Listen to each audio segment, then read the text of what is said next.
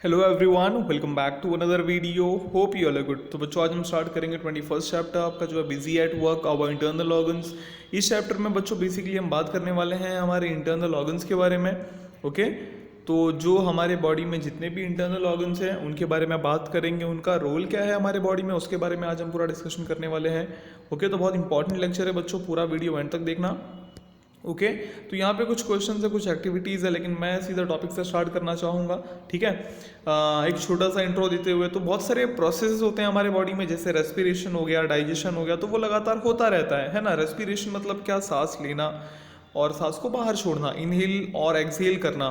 तो क्या ऐसा है कि मतलब आप 10 मिनट के लिए रेस्पिरेशन रोक देते हो या सोते टाइम आप रेस्पिरेशन बंद करके सोते हो? नहीं ना, जो रेस्पिरेशन प्रोसेस है वो कंटिन्यूसली चलता रहता है। और ये ऐसे प्रोसेस है, अगर ये कंटिन्यूसली नहीं चलेंगे तो ये कुछ ऐसे प्रोसेसेस हैं जो मतलब अगर ये कंटिन्यूसली नहीं चलेंगे तो हमारी डेथ भी हो सकती है इन प्रोसेसेस से, है कि नहीं। तो इस वजह से ये काफ़ी इंपॉर्टेंट हो जाता है।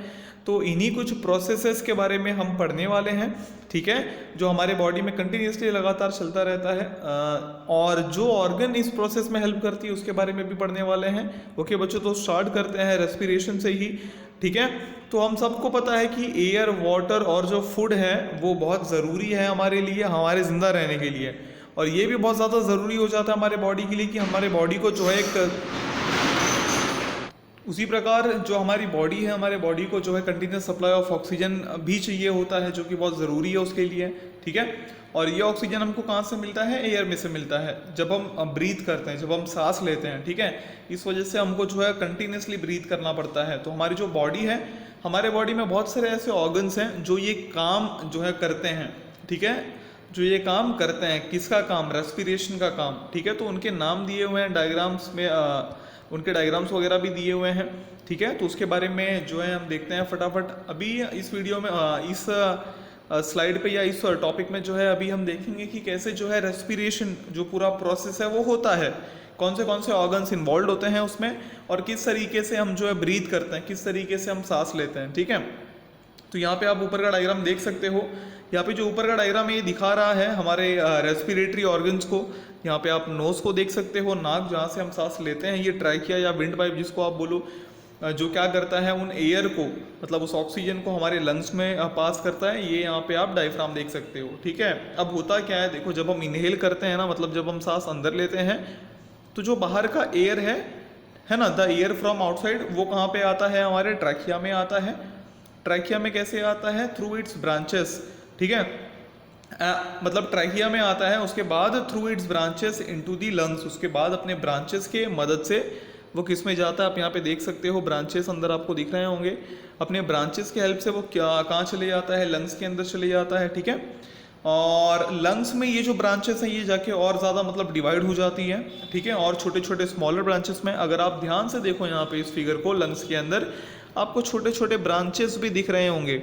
दिख रहा है आपको? यहाँ से देखो, ट्रैकिया का एक पाइप इधर आया है, एक विंड पाइप इधर आया है, आप यहाँ पे देख सकते हो। इस पाइप से भी बहुत सारे छोटे छोटे पाइप निकले हुए हैं।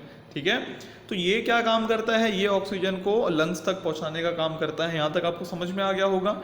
और एट दी एंड जो लास्ट ब्रांच है, ठीक है, वहाँ पे एयर सैक्स या फिर एल्वियोलाई होता है। ठीक है, जो लास्ट ब्रांच होता है मतलब इन ट्रैकिया का। ठीक है, at the end of the last branches, तो हर लास्ट ब्रांचेस के एंड पे क्या मिलेगा आपको? एक एयर सैक मिल जाएगा जिसको हम एल्वियोलाई बोलते हैं। ठीक है, और थोरेसिक, जो हमारा थोरेसिक कैविटी है और जो एब्डोमिनल कैविटी है, ठीक है, उनके बीच में एक ऑर्गन है जो एक शीट की तरह है। ठीक है, शीट कैसा होता है आपका? एकदम बिल्कुल शीट की तरह है। वो है हमारा डायफ्राम, जिसको हम क्या बोलते हैं? डायफ्राम। यहाँ पे आप देख सकते हो, दिख रहा है ना ये शीट की तरह, ये क्या है आपका? डायफ्राम। ये किसके बीच में प्रेजेंट है? तो ये आपका थोरेसिक कैविटी, जो ये हो गया थोरेसिक कैविटी, उसके बाद जो हमारा एब्डोमिनल कैविटी आएगा उसके बीच में ये जो आपका ये पार्ट है, ये हमारा है डायफ्राम। ओके, ये हमारा क्या है? ये वाला जो शीट आपको दिख रहा है ये हमारा डायफ्राम है, जो थोरेसिक कैविटी और एब्डोमिनल कैविटी के बीच में आता है। ठीक है, ओके, अब जो है आगे बढ़ते हैं। अभी डायफ्राम और उसके मूवमेंट के बारे में पढ़ते हैं। अब जब डायफ्राम मूव होता है ना नीचे की तरफ, तो हम अंदर की तरफ ब्रीथ करते हैं। ठीक है, और जो एयर आता है हमारे मतलब नोज के थ्रू, वो हमारे पूरे एल्वियोलाई को क्या कर देता है? फिल कर देता है। ठीक है, जो एल्वियोलाई होते हैं हमारे लंग्स में उनको फिल कर देता है।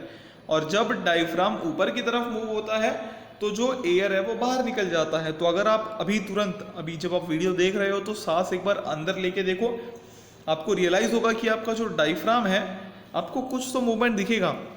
तो वो जो अंदर मूवमेंट हो रहा है ना, वो बच्चों डायफ्राम का ही मूवमेंट हो रहा है, जो सांस लेने पे कहाँ जाता है, नीचे की तरफ, सांस बाहर छोड़ने पे कहाँ जाता है, ऊपर की तरफ, मतलब अपवर्ड।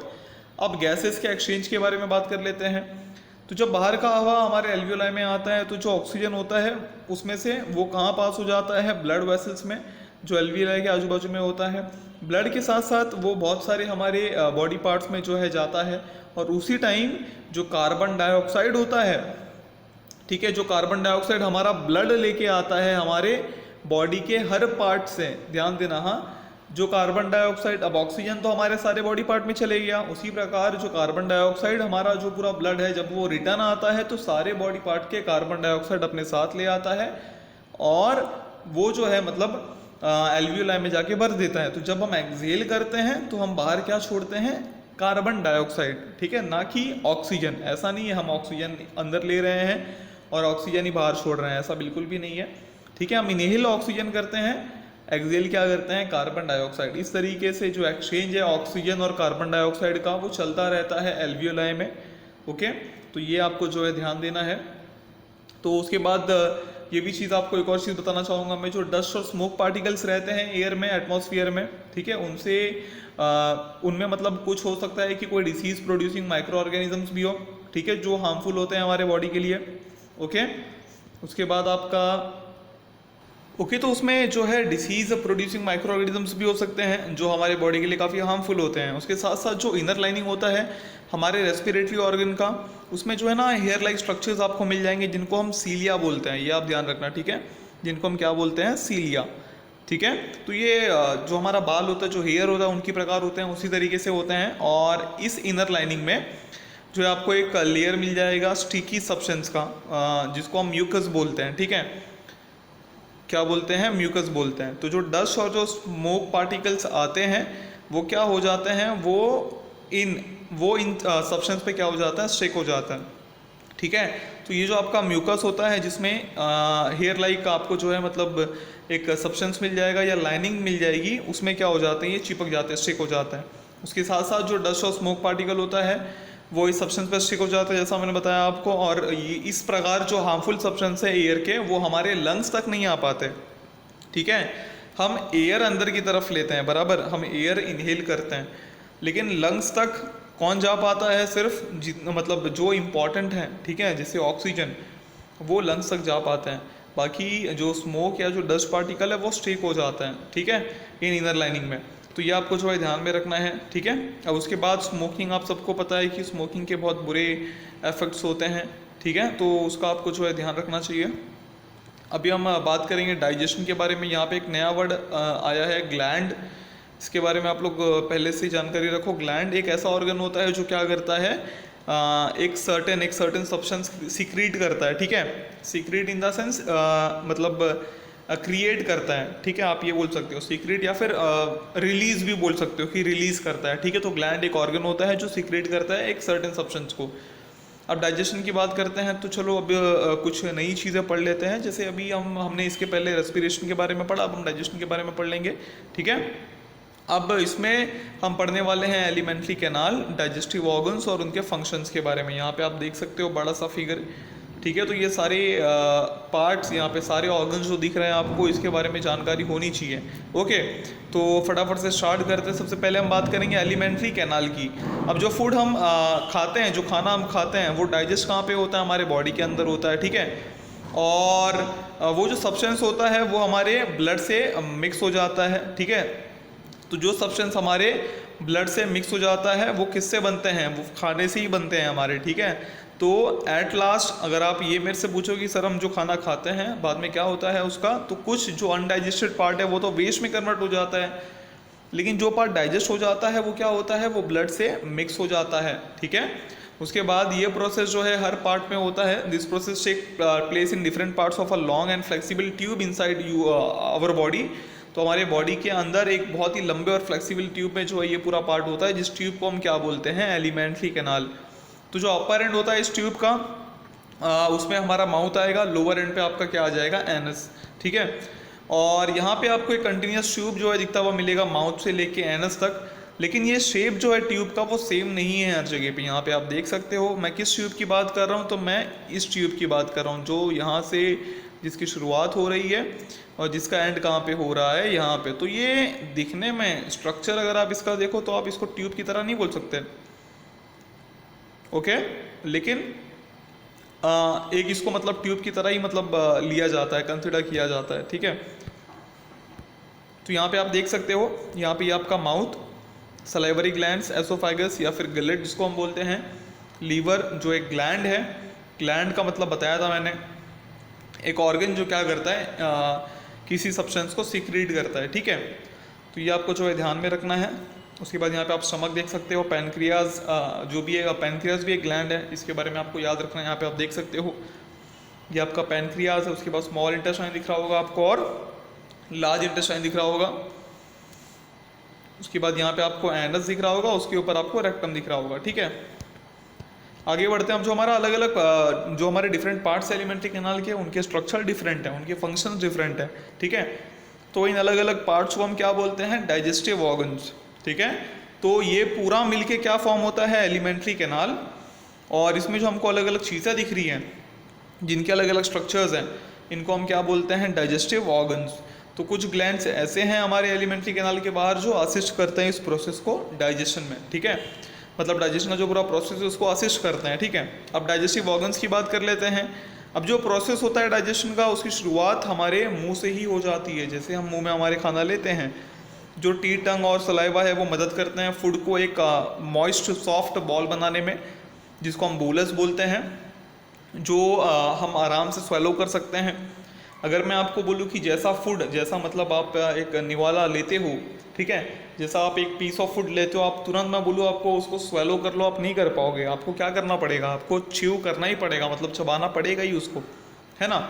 चबाने के बाद वो आसान हो जाता है स्वेलो करना। अब ये जो बोलस है ये पास होता है एसोफेगस से स्टमक पहुँचता है। स्टमक हमारा एक बैग की तरह है, जैसे मैंने आपको ऊपर दिखाया था। अब यहाँ पे फूड को चर्न किया जाता है, जैसे मिक्सर में हम कुछ मसाला वगैरह पीसते हैं ना, उसी प्रकार। उसके बाद जो डाइजेस्टिव जूसेस होते हैं, तो हमारे पेट में भी जूस होता है स्टमक में जो आता है और कुछ डाइजेस्टिव प्रोसेस करा के जाता है, ठीक है। उसी समय जो कुछ डिसीज़ प्रोड्यूसिंग जर्म्स होते हैं फूड में, उनको डिस्ट्रॉय किया जाता है।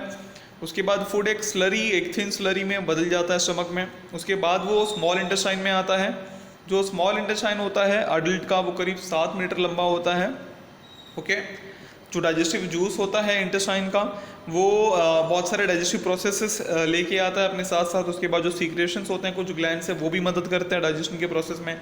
इस वजह से क्या होता है, जो हमारा डाइजेस्टिव प्रोसेस है, हमारे डाइजेस्टिव प्रोसेस के बाद कुछ सब्सटेंस जो है प्रोड्यूस होते हैं, जो हमारे बॉडी के काफ़ी काम में आते हैं, ठीक है, हमारे बॉडी के लिए काफ़ी यूज़फुल होते हैं और बाद में वो ब्लड के साथ मिक्स भी हो सकते हैं। स्मॉल इंटेस्टाइन में वो जो है ब्लड के साथ एब्जॉर्ब होते हैं। उसके बाद जो बचा हुआ सब्सटेंस होता है उसको लार्ज इंटेस्टाइन में पास कर दिया जाता है। अब जो लार्ज इंटेस्टाइन होता है एक एडल्ट का, वो कितना होता है, 1.5 मीटर का होता है, ठीक है। यहाँ पे बहुत सारा पानी, एक तरीके से पानी और रिमेनिंग सब्सटेंस जो है एब्जॉर्ब हो जाते हैं बॉडी के, जैसे फीसिस या फिर स्टूल्स मतलब फॉर्म हो जाते हैं, मतलब जो हमारा वेस्ट होता है वो फॉर्म हो जाता है। उसके बाद जो फेसेस हैं वो रेक्टम में इकट्ठे हो जाते हैं कुछ समय के लिए, बाद में उनको हम एक्सपेल करते हैं हमारे बॉडी से एनस के हेल्प से, मतलब उस वेस्ट को हम हमारे बॉडी से निकाल देते हैं।